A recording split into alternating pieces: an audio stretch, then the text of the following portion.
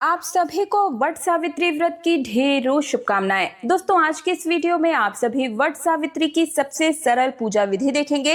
यानी कि अगर आपके पास समय का अभाव है या ज्यादा सामग्री नहीं है तो सिंपल तरीके से आप पूजन किस प्रकार से कर सकते हैं। आज की इस वीडियो में सबसे सरल तरीके से मैं पूजन करके दिखाने जा रही हूँ। साथ ही वट सावित्री के व्रत में पारण की क्या विधि होती है, किस प्रकार से कोपल और चने को निकला जाता है, संपूर्ण जानकारी आज की इस वीडियो में शेयर करूंगी। तो निवेदन है कि वीडियो को अंत तक जरूर ही देखिएगा। तो देखिए, करवा चौथ की तरह ही वट सावित्री का व्रत भी हर एक सुहागिन महिला के लिए बहुत ही विशेष है। वट सावित्री का व्रत हर एक सुहागिन स्त्री अपने पति की लंबी आयु और उनके अच्छे स्वास्थ्य की कामना से करती है। तो देखिए, वट सावित्री के दिन सुबह में जल्दी उठकर स्नान इत्यादि से निवृत्त हो जाएं और इस दिन हो सके तो लाल, पीले, हरे या फिर गुलाबी रंग के वस्त्र धारण करें। और अगर आपके यहाँ शादी का जोड़ा पहनकर पूजा किया जाता है तो आप शादी का जोड़ा भी पहन सकते हैं। और अगर शादी की चुन्नी है तो उसे ही अपने सिर पर डालकर 16 श्रृंगार करके, जैसे कि पैरों में महावर लगा लें, एक दिन पहले ही अपने हाथों में मेहंदी लगा लें, मंगलसूत्र, नथिया, मांग टीका जितना हो सके इस दिन हमें सज संवर कर ही पूजा को करना चाहिए। और देखिए, वट सावित्री का जो पूजन है ये वट वृक्ष के नीचे बैठकर किया जाता है। तो अगर आपके घर के आसपास में वट वृक्ष है तो आप वहां जाकर पूजन कर सकते हैं, और अगर नहीं है तो आप अपने घर पर ही वट वृक्ष की एक डाली एक दिन पहले ही तोड़ कर ले आए और फिर आप उसका पूजन भी अपने घर पर ही कर सकते हैं। और देखिए, वट सावित्री की पूजा के लिए कम से कम 12 वर्ष पुराने बरगद वृक्ष का ही पूजन हमें करना चाहिए। अब जिस स्थान पर भी पूजा करने वाले हैं सबसे पहले उसे अच्छे से साफ कर लें। बरगद के पेड़ के नीचे अगर कोई गंदगी हो तो आप पहले उसे अच्छे से हटा लें। अब देखिए, जब भी किसी देव वृक्ष का पूजन किया जाता है तो सबसे पहले उसे जल से सींचा जाता है। तो हम यहाँ पर वट वृक्ष को चारों तरफ से जल से सींच लेंगे। देखिए, वट सावित्री के पूजन के दिन वट वृक्ष के पत्तों से बना हुआ गहना पहनकर ही पूजन किया जाता है। तो आप गहने के रूप में एक वट वृक्ष के पत्ते को अपने जूड़े में या चोटी में इस प्रकार से लगा लें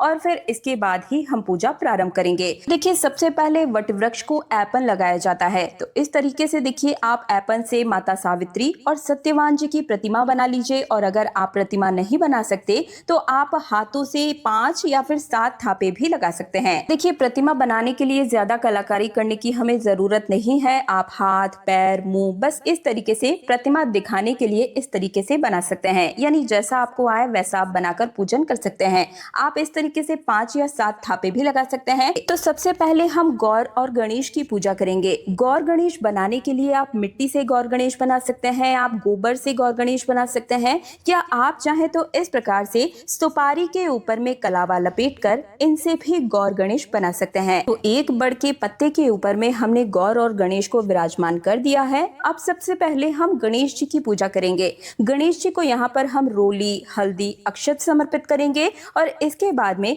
गौरी माता को हम सिंदूर समर्पित करेंगे। गौरी माता को आप अपने सिंदूरदानी से, सिंदूरा से सिंदूर समर्पित कर सकते हैं, या आप चाहें तो नया सिंदूर भी आप गौरी माता को समर्पित कर सकते हैं। फिर वही सिंदूर ले जाकर आप अपने सिंदूरा के अंदर यानी कि सिंदूरदानी में रख सकते हैं। यहाँ पर देखिए, हमने गौरी माता को सिंदूर समर्पित कर दिया है। अब इसके बाद में गणेश जी और गौरी माता को हम वस्त्र के स्वरूप में कलावा समर्पित करेंगे। तो दोनों को हमने कलावा अर्पित कर दिया है और अब हम गौरी गणेश को फूल समर्पित करेंगे। इसके बाद में हम एक देसी घी का दीपक प्रज्वलित करेंगे। ये दीपक हमारे इस पूजा का साक्षी भी होगा। इसके बाद देखिए, हम सभी को सिंदूर समर्पित करेंगे। तो जहाँ जहाँ भी आपने चावल के थापे लगाए हैं इन सभी को हम सिंदूर से टीक देंगे। और अब हम सुहाग की सामग्री समर्पित करेंगे। तो आप 5, 7, 11 या 16 जितना हो सके सुहाग की सामग्री इस दिन जरूर समर्पित कीजिएगा। अब देखिए, वट सावित्री के व्रत में बांस का पंखा, बांस की डलिया का विशेष महत्व होता है।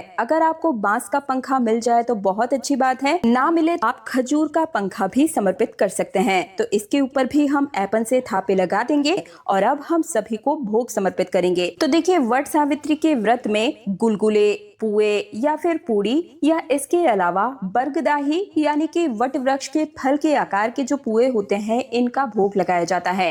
साथ ही में जो भी आप फल यानी कि ऋतुफल लेकर आए हैं 5 प्रकार के फल समर्पित कर दीजिए, या जो भी आपके पास में ऋतुफल हो वो आप यहाँ पर समर्पित कर सकते हैं। वट सावित्री के व्रत में चने का विशेष महत्व होता है, तो चना हम समर्पित कर देंगे। और देखिए, भोग प्रसाद में भी अलग अलग राज्यों के हिसाब से, अलग अलग घरों के हिसाब से परंपरा नियम बदल जाते हैं, तो आपके यहाँ पर जो भी नियम या परंपरा हो उस अनुसार आप भोग प्रसाद समर्पित कर सकते हैं। इसके बाद देखिए, वट सावित्री व्रत की इस दिन कथा सुनी जाती है, तो कथा सुनने के लिए हम अपने हाथों में थोड़े से चने के दाने ले लेंगे और इसके बाद में हम वट सावित्री व्रत की कथा सुनेंगे। तो अगर आपके पास में किताब है तो आप किताब से पढ़कर कथा सुन सकते हैं, या आप चाहे तो मेरे द्वारा भी वट सावित्री व्रत की कथा सुन सकते हैं, क्योंकि मैं भी अपने चैनल पर वट सावित्री व्रत वाले दिन व्रत कथा सुनाती हूँ। तो वीडियो को प्ले करके आप मेरे द्वारा भी वट सावित्री व्रत की कथा सुन सकते हैं, या आप चाहे तो किसी पंडित से, यदि कोई स्त्री कथा सुनाती है तो उनसे भी सुन सकते हैं।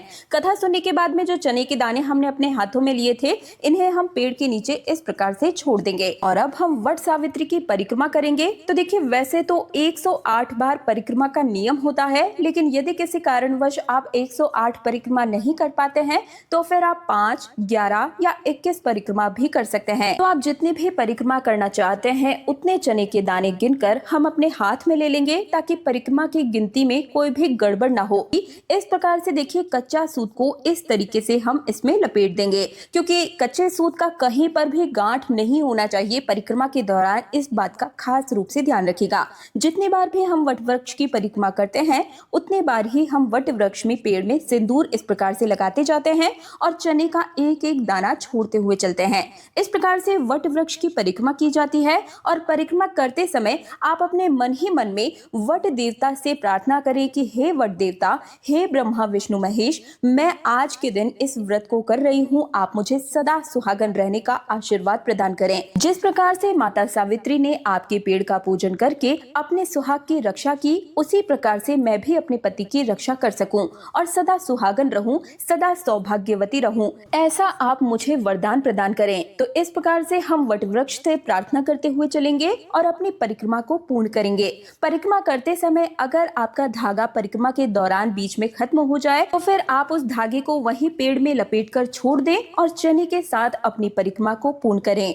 अगर आपकी परिक्रमा करने के बाद भी धागा बच जाता है तो फिर आप उसे वहीं पेड़ में लपेटकर इस प्रकार से छोड़ दें। तो इस प्रकार से वट वृक्ष की परिक्रमा की जाती है। ध्यान रहे कि गर्भवती महिलाएं वट वृक्ष की परिक्रमा नहीं कर सकती हैं। और अब हम बड़े ही प्रेम और श्रद्धा भाव से आरती करेंगे। तो सबसे पहले हम गणेश जी की, माँ गौरी की आरती करेंगे और इसके बाद में वट वृक्ष की हम यहाँ पर आरती करेंगे। इसके बाद देखिए, गौरी माता से सुहाग इस दिन जरूर लिया जाता है, क्योंकि गौरी माँ सुहाग देने वाली ही देवी है। तो देखिए, इस प्रकार से हम अपनी सिंदूरदानी से 5 बार इस प्रकार से गौरी माता को सुहाग देंगे, यानी कि सिंदूर लगाएंगे। और आप थोड़ा ज्यादा सिंदूर लगाइएगा गौरी माता को, क्योंकि इन्हीं सिंदूर से फिर आपको अपने लिए सुहाग लेना भी है। और इसके बाद अब इसी प्रकार से हम 5 बार गौरी माता से सिंदूर लेकर अपनी मांग में भी सिंदूर को लगा लेंगे। तो पहले सिंदूर चढ़ाएंगे और इसके बाद में फिर हम अपनी मांग में सिंदूर लगाते हैं। और सुहाग लेते समय हम गौरी माता से प्रार्थना करेंगे कि हे गौरी माता, हमारा सुहाग हमेशा अमर बना रहे और मैं हर साल इसी प्रकार से आपकी पूरी श्रद्धा भाव से पूजा अर्चना करूं और मुझे ये सौभाग्य हमेशा प्राप्त होता रहे। तो इस तरह से हम गौरी माता से प्रार्थना करेंगे। इसके बाद देखिए, वट वृक्ष से गले मिला जाता है। तो देखिए, इस तरह से हम वट वृक्ष से गले मिलते हैं। और देखिए, आज के दिन वट देवता को सेवा प्रदान की जाती है। तो जो पंखा हमने यहाँ पर रखा था, इसी से हम इस प्रकार से वट देवता को हवा करेंगे और इसी पंखे से पूजा के बाद में हम अपने पतिदेव को भी हवा करेंगे।